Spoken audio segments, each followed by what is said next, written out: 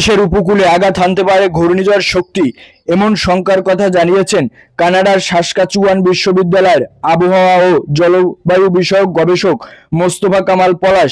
ফেসবুকে দেওয়া এক পোস্টে ঘূর্ণিঝড় আঘাত হানার সম্ভাব্য সময়ের কথা জানিয়েছেন তিনি। আবহাওয়াবিদ জানান, মে মাসের 23 তারিখ থেকে 28 তারিখের মধ্যে বঙ্গোপসাগরে একটি ঘূর্ণিঝড় সৃষ্টির প্রবল আশঙ্কা করা হচ্ছে।